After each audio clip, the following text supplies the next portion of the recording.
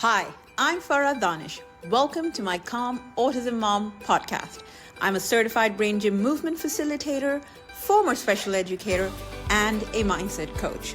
Through my podcast, I bring together parents, experts from educational, psychology, and medical communities to share innovative insights on parenting and supporting individuals on the spectrum. My mission is simple: to continuously learn and share the latest autism-related news and strategies, bringing you powerful conversations and practical solutions you can use right now. So, if you're an autism mom searching for answers, support, or just some real inspiration, you're in exactly the right place, my friend. Let's transform your autism parenting journey starting right now. Today, I have with me Dr. Shagufta Jabeen, a pediatrician, natural play therapist, a sunrise parent, and the first RDI consultant from Pakistan. She believes that connection and trust are fundamental requirements for any relationship to thrive, and especially are key if you have a neurodiverse child. She works hugely for parental empowerment and the impact a family can have on the development of any neurodiverse individual. More like working in collaboration than isolation. She helps families understand the reasons for their children's behavior and how they can be more respectful and accepting towards them in order to look beyond what they see. She's an autism advocate and works through different channels to raise awareness, acceptance, and understanding of autism. Join me today in welcoming Dr. Shagufta Jabeen. And Hello and welcome, Dr. Shagufta. Thank you so much for joining me. How are you? I am very well. Thank you so much, Farah, for having me.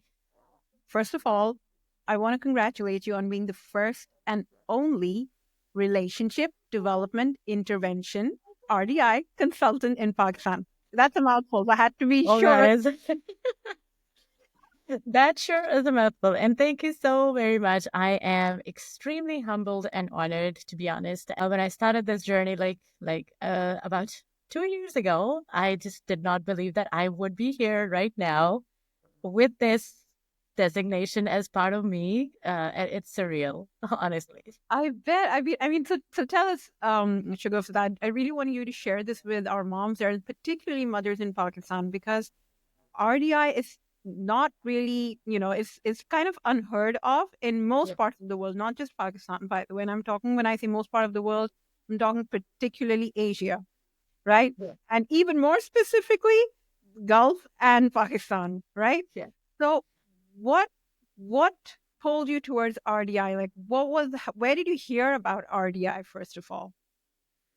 Okay, so long journey, long story, but I try to put it like in a smaller kind of version of it. Like I have a son, he's 16, he's on the spectrum, and we've been on this journey for the past 14 years now. So very early on, when I started working with my son, and one thing, I'm a pediatrician by training, and I could see that, the developmental delays that were happening, not at motor level, but at the social level, where he was, staying behind. And when we got the diagnosis, we did go through a lot of our struggles. And, like any other family, we were directed towards ABA, and we ran strict religious ABA, like 40 hours a week.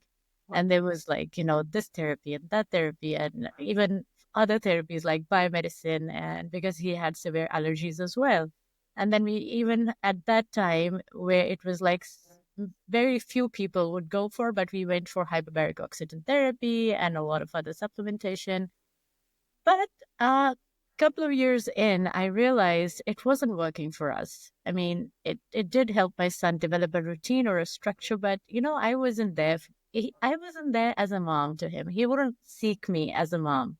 It was just like he wanted some of his needs to be met, and that was the only reason why he would come to me. And that was honestly heartbreaking for me, because as much as any other parent who would be listening right now, and particularly moms, how we long for our children to call us mama and Oh, come to us for a absolutely. hug. Oh, You yeah. would relate to that. Yeah. And Yeah. I never felt that. And that was, some of the prime reasons why I moved away from is like, this isn't, when we talk about the behavioral therapies, we talk about compliance, we talk about instructions, like following instructions, listening to us, doing what we say. But I was like, no, this isn't working for my son. And then I started searching and looking for their options. And then I stumbled upon Sunrise. And I did go to Autism Treatment Center of America to train myself as a Sunrise parent. Oh, you And went there. oh, yes, I did. Oh, That wow. was like in 2014. So when I went for Sunrise, that's when a lot of things changed for us. And then that was when we said goodbye to behaviors and then started working on Sunrise. And that's when I started seeing that twinkle in his eyes where he would recognize me and he would come to me and he would relate to me and connect to me. And I'm like, okay, this is what, works for us. And since then, I've been like working a lot on our connection, our trust with each other, and the relationship. And I think that is something that I hold so close to my heart because my son had very severe needs at the time, and with his allergies, it just all compounded into a lot more. So we Yeah. had like very hard years, like early years. But then when we started working with Sunrise, I think that changed a lot of things for us and the relationship that we had. But what I saw that as he started growing, like around the age 10, I thought Sunrise was getting a little too babyish for him. He did not like that. He thought that entertainment was too much for him, and he would, just come and put his hand on my mouth, and he didn't want me to celebrate him at all. And I'm like, The sunrise couldn't okay, keep up. yeah, it kind of didn't keep up. And then I was like, we were in Malaysia at that time, and going through that transition of moving from one country to another and settling down, and then seeing Heather, my son, going through those phases, I was like, okay, so, okay, what next? And then we moved on to natural play therapy. So this is Julie Sando. She has a company called Autistically Inclined, and she worked for the Sunrise previously as a facilitator, but then she founded her own program, which Right. was based on how developmental stages of play they act upon throughout our lives and how do we respond to our children. And our children also go through those phases entirely, like every single day. And that was such an eye opener. I mean, I think that changed everything for us forever. Even now, like to date, I kind of live by those stages every single day, and I teach everybody and anybody who comes to work with our son or the families that I work with about the importance of those stages of play. And then as I started working with other families and I started helping more parents, and I came back to Pakistan as well, and I joined a place here in Islamabad where they would be working with adolescents and teenagers. And what I was looking at, um, people had started asking me about, specific credentials. You know what I mean? Like, what credentials do you have? And when you talk about play and relationship, have you done this? Have you done that? And that was like, oh, okay. So if there is something that I have to do at a bigger level, and I had plans for working at a bigger level, so I need to do something that enables me to work on a bigger level. During one of the autism summits, I heard Kamini Lakhani. She Yeah. is an RDI trainer, certified trainer. She's from India. I reached out to her as like, I want to know more about it. And that's how this started. And she told Yes. me about the professional training and I Wow. signed up. And what I Wow. liked about RDI, think you have that intuitive feeling. So I just felt like, With sound and like it just play brings up, therapy. it brings it together in the form of certification. So why Yeah. not? Yeah. So that's how I landed into RDI. That's so interesting, Shagufta, because you live in a place, and not just the fact that you live in a place like Pakistan.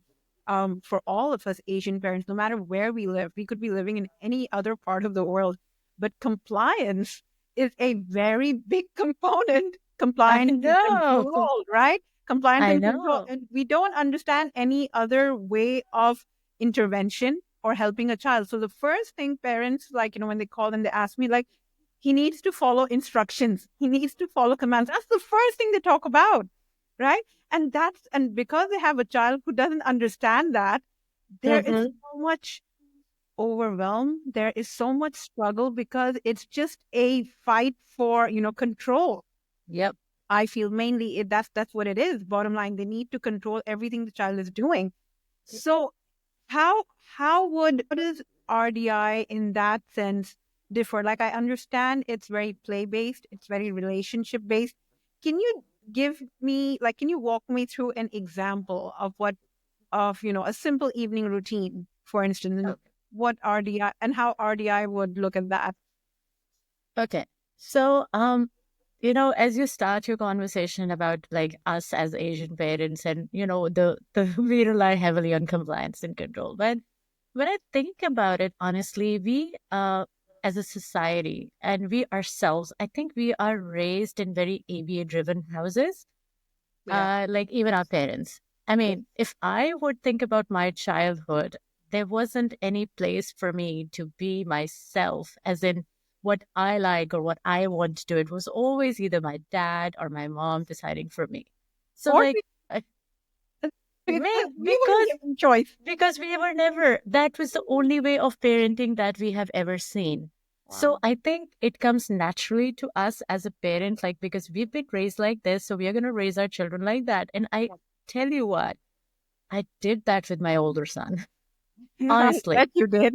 I did. I did. I mean, he's neurotypical, but I could see what I like late now, retrospectively, when I look back and I'm like, I apologized to him like so much. And I'm like, I'm so sorry. I just didn't know better at that time. That was the The only inherited way I knew. parenting. Yeah, exactly. So I did that. But like, I think I should be very, very grateful to Heather because he really changed me in entirety, like being as a mother, as a person, as a human. I think I owe that a lot to Allah and to him to, to bring that to my awareness that, these are not guinea pigs and these are not some species that I need to control. They are Yeah. individuals with their own likes and dislikes and needs and wants and desires and the way they want to function in the world. And I am nobody to control and decide that. So Yeah. this overwhelm that comes into our parents, I think it's generally because they're functioning from a place of a crisis mindset. Yeah. Yeah. If you know, like, Absolutely. the crisis, like they don't learn the way other children do. They are not like other children. They are not listening like other children. They are not behaving like other children. They are not able to take care of themselves. What is going to happen when we die?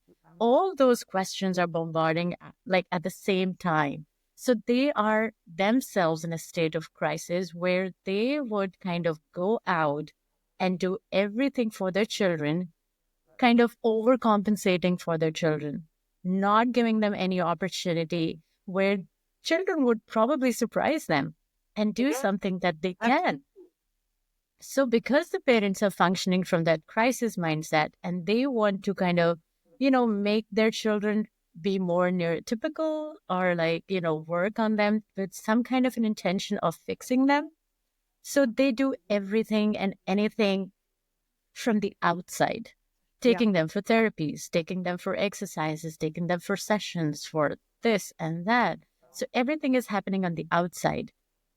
In this pursuit, what they're forgetting is their own relationship with their child, which is that of a parent.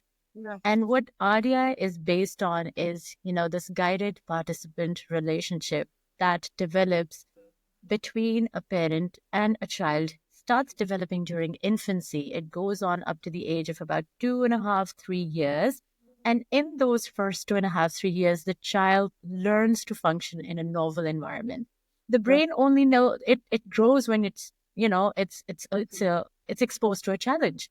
Yeah. If the environment stays static and same, the brain is not going to The brain's grow. going to grow. And And when our kids are diagnosed on the spectrum, everything turns static, yes. keeping the routine same, keeping the house same, keeping the Absolutely. clothes same. Everything has to be same because the parents, they don't know that their role is that of a guide. The opportunities that neurotypical children are taking to learn on their own, these children have to be provided. And we have to be mindfully providing them, giving them more chances of learning. Yeah. That so spot on, Shagufta, because I remember with Suleiman, everything had to be really structured, right? Because Yeah. that's easier to control. It goes Yeah. back to full Yeah. control, right? Easy for us to control, easy for him to understand because everything's predictable. So to Yeah. a certain extent, yes, that did help us. But then doing anything different, or if something changed, it would even preparing him for that change was really, really difficult. And for us, when we made that move to Malaysia, we're like, you know what, we're going to put therapy away. And at that time, I didn't know anything about RDI, to be honest. It was Mm-hmm. just common sense. I was like, you know what, I'm just going to put all these therapies aside and I'm going to give him different experiences. They were not Mm. easy. They were not easy at all. Of course. But Yeah. I did it from whatever I understood that let me give this a shot. Mm. We've done all those therapies. Let's just give this a shot. And as difficult as it was in the first 6 months, we saw this huge growth in Suleiman because every day was a different experience. We Yeah. made sure we exposed him to, novel experiences like you just spoke about. And Mm. we had with us we have with us, alhamdulillah, alhamdulillah, now a child where we can travel with anywhere. There'll be 3 hour delays, 2 hour delays, and it doesn't bother him. I Mm-hmm. think Mm. all those experiences helped Yeah. with that. It wasn't the closed classroom or closed Yeah. room training that did that. Yeah. I mean, I really want the parents to sort of sit back for a while and kind of slow themselves down. Because if, many times what I really want, like, for example, if I would want somebody to do something tonight, I Yeah. would want them to like sit back and make a video of them having a conversation or spending time with a neurotypical for about 5 to 10 minutes, and then spending their time about 5 to 10 minutes with their neurodiverse child, and then compare the two. And you would be surprised, like, even for myself, when I was like, back in the days when I was doing it, I was thinking, like, I would make a video and I would say, oh my goodness, how much of that space I am filling. I'm talking and I'm telling and I'm, saying things, and I'm not creating any space for my child to sort of think or say or respond. It's only me talking, talking, talking, talking, but Yeah. not leaving any opportunity for Heather to sort of come up with something, because you would be very well aware, like, at least like Heather does, and many other autistic children also, they have slightly that delay in processing, Yeah. so that they need time to process. Yeah. But what happens is, like, because parents do not know, they tend to ask something and then they tend to keep asking and asking and Yeah. asking, and they keep on bombarding them with questions. So what happens is, like, they start processing something, and while they're in that kind of zone, they throw in another question 100%. and then another one, and the child just walks away.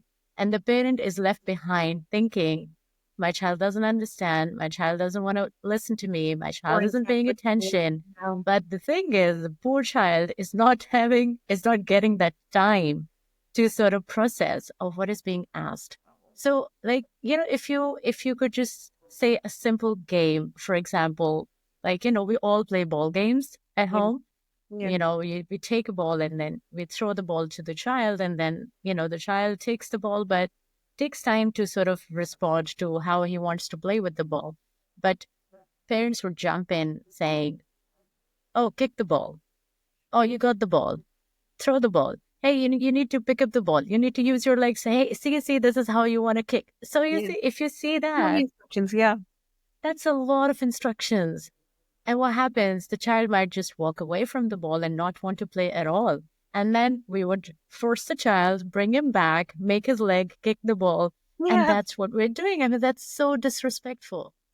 That is. That That is. is. And contrary to this, if, like, now that when I work with families and when they work with their children and they wait and they do throw the ball and they stay there without saying anything, giving them that time, children 95% of times they would either throw the ball or they would pick the ball or they would look at their Look, parents at to least. at least see, like, what are you expecting me to do? So Yeah. that is, like, that is one of the most beautiful sights, I mean, to behold when you're starting, like, oh, okay, that's the power of silence, you Yeah. know? So, So, sorry, go on. yeah, no. Please So go if on. okay, so if now if I give you a scenario where Right. there is a child who, because I get a lot of moms who have gone the ABA route Yeah. and they have, done everything that's in the ABA to-do list, right, with their child, and Yeah. now they're at a stage where their child is just done. Okay, Uh, they're not interested in having. I mean, the mother walks into the room and the child is out. yeah. Or I mean, if a child has rigid behavioral patterns, they have Yep. lots of meltdowns. How does RDI help parents? And this is the question, right? How does RDI help parents transform these challenging moments? Damn you, they are very rigid, okay, Mm-hmm. with their Mm-hmm. with the things they want. They want it that way. Even when it comes to the food they eat, textures, Yep. different textures that they allow themselves to have. They are very rigid with all of these things. They're even, I mean, the meltdowns that they have is mainly because of their rigid behavioral patterns. Yep. So, how does RDI help parents transform these challenging moments into, growth opportunities? Okay. So this is a very, very relevant question. And I think a lot of parents go through these struggles. Like we've been there a couple of years ago, like going through a lot of meltdowns, but alhamdulillah, not anymore. Um, One thing that I want to tell and talk about is a lot of dysregulation that happens in our kids on the spectrum. And dysregulation could just stem out of many different factors. Being rigid, obviously, is because of the fact that they need a lot of predictability and they want to know what is going to happen and they want their things to be in a certain way. They want things to be static so that, it's easy for them to function. But REI, what it does, it works a lot on the core deficits of autism. So there isn't anything that it works on like one particular thing, but it works on core deficits. And Mm. the two of the major core deficits are self regulation and co regulation. So Yeah, that is like, tantrums, meltdowns, they happen when the children are not able to self regulate. yeah. And, we are not born with self regulation. We learn to self regulate. And we only learn to self regulate when we have someone to co regulate with us. So we learn to co regulate first and Yeah, then self regulate. yeah. So, in order to co regulate, you see, again, the role of the parent is extremely important because a parent who is not regulated themselves Mm. cannot regulate a child who is having a hard time. Amen to You know, that. I mean, I keep shouting that every single time. yeah, I Thank you. know. And like that's why we work a lot on the crisis mindset first and foremost before we even start working with the child. So like, when you start working on the RDI program, you work on the crisis mindset of the parent because the parent has to be in place. Their heart has to be in that place where, they're calmer and they're more at that sense of peace that they can offer to their children. And these kind of meltdowns when they're happening, when we are in a meltdown, I think many of us now know that that is not a good time to teach or tell anything at all because you cannot do it. The time to self-regulate is the time when you're having those moments together with your child. So what we focus a lot is working on regulatory patterns. So there are different kind of regulatory patterns, like, where there's a lot of back and forth happening. And once you set up a pattern, because RDI is a lot about dynamic intelligence, it's a lot about dynamic learning. So dynamic is change within a similar pattern. So it's like something is going like this, it is changing and then going up, down, and then it is so like the entirety of the pattern is similar, Yeah. but there are changes that are happening. What we tend to do is chaos, like we go up and down and up and down. So suddenly at one place we are here and the other place we are there. Humans are so Yeah. unpredictable. At one point they would be shouting and yelling at the top of Yeah. their lungs, and the other time they were like, oh, my baby, I want to hug you. And like, that's Sure. so unpredictable, right? So it's chaos. what we want to focus on is dynamic, not chaos. So what we work on regulation is we work on a lot of dynamic patterns within our regulatory patterns. So we add a lot of those small, tiny differences while you're working with your child. For example, um, if I'm playing with a ball, so I'm going to throw a ball to the child and the child is throwing that ball back to me. So that's like we do that a couple of times. So that's a pattern. Like I'm giving it to you, you're giving it to me. So that happens for a while and the child gets it like, the pattern is she's giving me the ball and I'm giving back to her. But then I'm going to throw in some changes. Like, for example, I'm going to change my position and I'm going to start throwing the ball from a different place. So that's one difference, which is not changing the pattern. It's just adding a little bit of a change to it. For example, I'm going to increase my distance between the child and myself. For example, I'm going to get a new ball and play with the ball. Like instead of a bigger ball, I'm using a smaller ball. And then similarly, I would maybe sit and play and have the child standing and playing. So these are all those very small changes that I'm incorporating the same activity within the same pattern. So what that does is it gives a lot of comfort to the child and sense of triumph as well that, my God, I was able to go through these challenges myself. And you see, that is when they learn to kind of be flexible. It's like, okay, challenges or changes are not too bad. They're okay. Provided they are dynamic, they are not chaotic.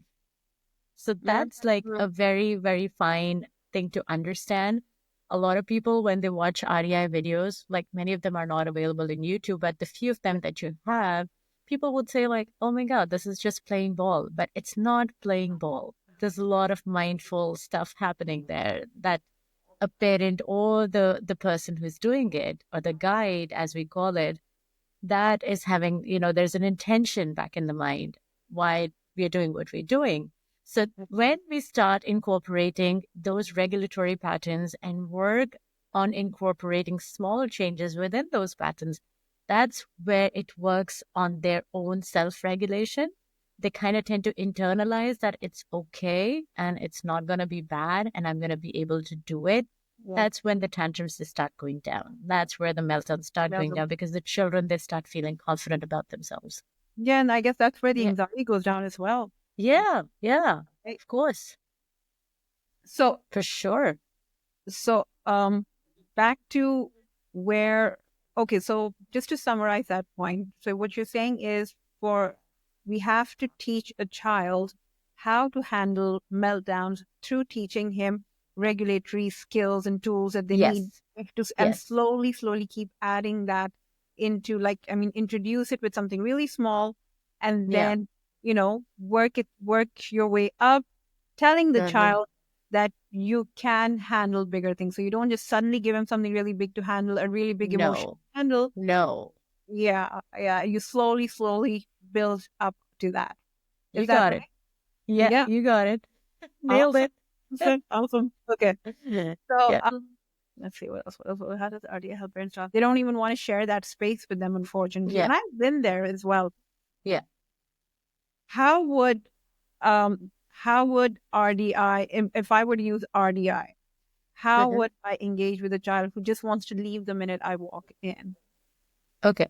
So, RDI does not work in an enclosed environment. No, it just makes use of everyday opportunities around the house. So you do not need to have specific tools or very fancy equipments or puzzles or anything like that, that you want to make it like a work thing. It's not like that. What it focuses on is what kind of an back and forth interaction am I having with my child? Whatever the activity may be, that's the background. The main focus is like, how am I collaborating with you? How am I coordinating with you? How am I having that back and forth in terms of nonverbal communication with you? So it could be, for example, you don't have to sit and do anything specifically. It could be just like you're in the kitchen and, you're making breakfast and your child is there and you are there. So, just giving your child a role, an authentic role, which is not something that you're just asking your child to do because you want them to do. It is something that you really want them to do because you think that they can. For example, if your child can manage the fire and be able to toast their toasts on the griddle, so that you would be putting the toast on the griddle and do something, and your child would have the responsibility of taking those toasts from the griddle, putting them in the plate. So that's kind of a back and forth happening without Sure. saying anything, right? Then Right. you are working around the house, you are cleaning, and your child has the responsibility of using a duster and cleaning. You are setting up a bookshelf, you are taking out the books, and the child is putting them away. Or you clean them, the child is putting them in a cupboard. Those are like a lot of back and forth communication sort of interactions that you're having. And then Right. while having those roles No. together, No. the language that you use, the expressions that you use, the way you talk to your child, the way you give that book to your child, those are, different opportunities where you can have that sort of, a recurrent Well, give and take. Yeah, mm, the rapport happening. You do not have to sit and do anything. Even like if you're really a fan of sitting and doing things, like, okay, if your son or your daughter is sitting and doing something, you do not have to go and sort of, intervene, as in, we are going to do something. Like, just be yeah. there with your mindful presence that I am here to share this moment with you. Oh It my does God. not have to be, it is never about the activity. It is never about the activity. Please let that sink That, in for a while. yeah, that's Everybody who is watching, it is true. not and it is never about the activity. It is about the time that you're having with your child. It can be messy. It can be like, it could be a fun, it could be a moment, it could be just a gaze exchange, it could be, you know, letting you sit close to your child and letting, have you put your hand on their back. Yeah. It's about us. It's not about you. It's not about me. It's about us having that Mm, shared kind of experience. moment. Yeah. Yeah. So that is what RDI is all about. That is how it is incorporating throughout the day. You're in the kitchen doing the laundry, doing the washing, or you're outside doing the laundry, or you're hanging your clothes on the wire, or whatever. I mean, you name it and you There do are it. countless opportunities, Yeah. basically. I mean, just the other day, yeah, we were just shelling peanuts. And my son Heather, he likes to kind of, when you shell the peanuts and you remove that red kind of peppery Yeah. covering from it, he kind of loves that. So what he was doing was he was just putting all the shells and everything together in one pot. And I'm like, Heather, I got an idea. How about we just put whatever you want in here, but just take the shelled peanuts and put them in a bowl because Muhammad loves them. So Muhammad is my younger one. So Yeah. they kind of spend a lot of time together. So when he heard that, okay, Muhammad likes peanuts, I did not say like, do this and do that. It was like, how Uh, about we do it? Let's do it. So I because started doing it with him. So he was putting all the peanuts in the bowl while I was putting all the shells away in the other one. So he had a role and I had a role. It wasn't that it wasn't an authentic one, or I just told yeah. him to do something which was just like, okay, because nobody else can do it, so he can do it. Mm, No, yeah. he needs to know that I have an authentic responsibility and I am doing something that is meaningful. And we spent about half an hour there just doing this. And in the meantime, we were talking about how the weather is changing and, the peanuts are something that we love to eat during the winters and what can happen if we eat a lot of peanuts. So there was a lot of conversation happening. And it's not that, he's going to respond to every single thing that I'm going to say, but there is a conversation Listening. happening. Yeah. No, and that's Yeah. there is listening happening. Just because they don't respond the way we want them to respond, it's Yeah. not like they're not listening. And even if they don't understand what they're saying, I remember I worked in a school as an educator in Malaysia, and we would have an RDI consultant come and supervise. And she would come in my classroom and she would be talking to the kids, and these are nonverbal kids, okay? Yeah. So she's like quietly looking at her face. Yeah, so they'd just be quietly looking at her face, and I'm like, do they even understand what you're saying? I mean, is there a point to this? She's like, kid, no, but look at how they are. And honestly, I had just done my ABA, my RBT at that time. So you know what mindset I was going in there with, right? Yeah. I did notice they were a lot more hyper with me because I was always trying to control. Yeah. This lady who walks in is just genuinely interested in whatever they're doing, and she's just talking. Oh, you like to do that? Oh, you like to do this too? And the kids are like just enjoying her company. There'd be Yeah. different kids around her. Yeah. So when you just mentioned, when you were just walking us through this little moment that you had with your son, I can totally understand what that looked like. Okay, Shagufta, you mentioned about dynamic intelligence, okay, and Hmm. spoke a lot about in detail on dynamic intelligence in terms of regulating your emotions. Now, what about teaching academic skills? If more, according to Asian parents, more meaningful things like right? You see, once the child is regulated, Yeah. he's way more available to learn wherever you want to teach them, right? So, regulation is the first and fundamental basics that you would want to have in place for anybody and before you start academic work. So what we do is in generally I do not work directly on academics in children. I think that's my weakest part. I have never worked with my son on that as well because I've always struggled. Yeah. But the principles that we follow, and I also genuinely sit with the teachers and how they need to work with anybody who's having trouble, is to work on a regulatory pattern first with Correct. the child, to have that regulation in place. And then when you are working with the child, please, there are a lot of things when you're working with special needs children that you have to put aside. Like if you want them to learn to write, it does not matter that they write in the lines or they Yes. write in the boxes. Goodness you, they should know, they should learn how to write, but you should never be forcing them. The Yeah. best way to do is like you write with them Yeah. and they write and you write, and then you create that opportunity. When you are not telling them, when you're not prompting them, they are going to come to reference to you themselves. That is one of the very, very important points. And a lot of the teachers that I work with, they do tell me, like, when we do not tell our children how to do it, they would come and look at our books, or they would That's come good. and look Yeah. at, Yeah. our side of the board, and they would follow it. Yes. So when you're teaching academics, please make sure that, you talk less, Mm. talk very less, and you model more. And then you can have those roles there as well. Like, Yeah. okay, I'm going to write with a pen, and you could choose if you would want to write with a pencil or a crayon or with a marker or whatever. So that is the kind of empowerment that they get by choosing what they want to write with. Okay, so I want to write it here on this page. And this is your page, and you're free to write on the page or you're free to write on the board.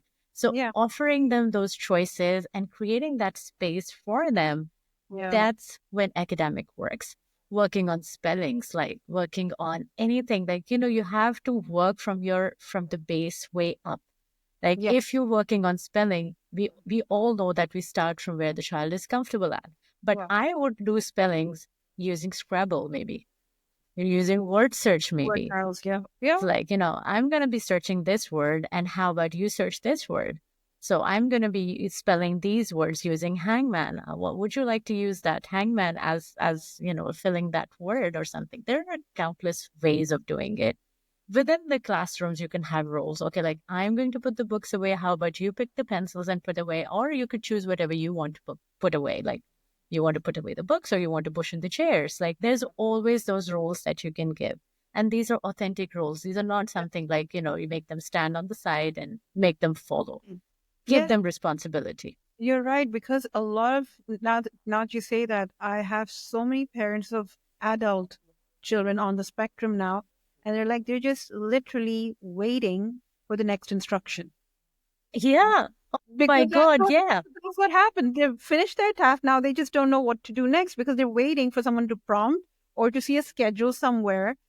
They I can see you want to I, add I, so I, much onto that. it was just so, there was this very beautiful girl I was working with, and she had that. I mean, she would not even drink water. She would have the glass in her hand, but she was waiting for her Someone, parents to allow her, like, okay, take the water. you can And have then and Jehaz is like, okay, you can drink it. I'm like, oh my goodness, What's It's like, happening? right, there's a lot of talking happening. So they're Yeah, waiting for that auditory prompt. yeah, And yeah, that's beautiful.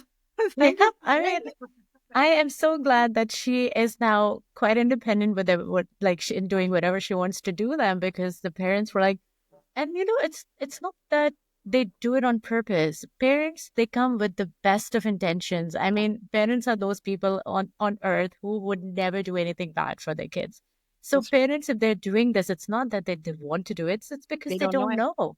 Yeah. Yeah, they don't know. This is how they have been taught. This is how they have been asked to do, like prompting and telling their kids, like at every single point.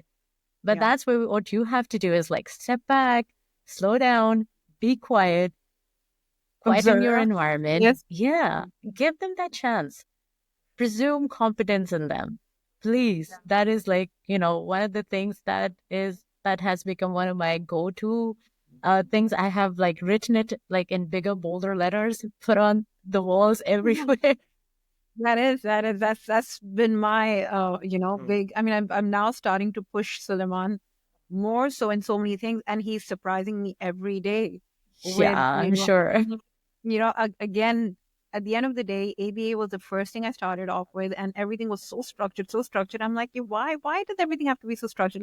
Let's try anything different. It doesn't have Yeah, to fit the curriculum. Do you know what I mean? yeah, yeah, I get it. Everything is not about curriculum. You learn to live through living life.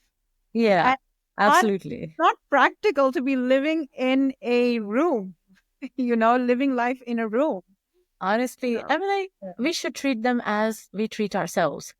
There are days when we don't want to work. There are times when we just Yeah, don't want to. We just want to sit and probably binge watch something on true. TV, or we want to listen to music, or like, I just want to go to sleep, or I don't want to go to sleep, or I want to go out and hang out with my friends. If we can have all those things, all those like moments happening for us, our children are the same. Yeah, I mean, if they cannot express themselves, that does not mean that they don't feel or they do not listen or they do not hear or do not have those emotions and desires. I mean, yeah. how could they not? How That's could they possibly not? that's true. And what comes to my mind is that if a child were to express that, the first thing the parent would say, and I think you know what it is. So what have you done that has made you so tired? You know, responsibilities have you been, carrying on your shoulders that has got Yeah, so tired. We're tired of managing the house, so we are allowed those off days. But for yeah. children, just observing, taking things in is also work in their own It way. is work and it is so tiring for them to honestly be doing that other people are asking them to do. I actually like That's work. two, Yeah. 2 years ago, I was working with one of the organizations, one of the courses that Julie, my mentor, she designed. It was called Communication for Education. So that course is like 60% of the curriculum comes from non-speaking autistic adults who use AAC devices to communicate. So I was part of the curriculum with one of the non-speaking adults, and it was on relationship building. And those adults, they came up, when people ask them questions, is like, what is it that you're really yearning for? And they're like, I'm yearning for knowledge, and I want my parents to read me books. I want my parents to expose me to this particular. I'm thirsty for knowledge. I'm thirsty for knowing more. I do not want to watch those videos that they put on for me. They might be comforting for me, but I do not want to watch them. They've become a loop for me, and I want my parents to help me break me free from them. And listening to those conversations kind of like, gave me goosebumps. And like from that day on, I never stopped reading to Heather.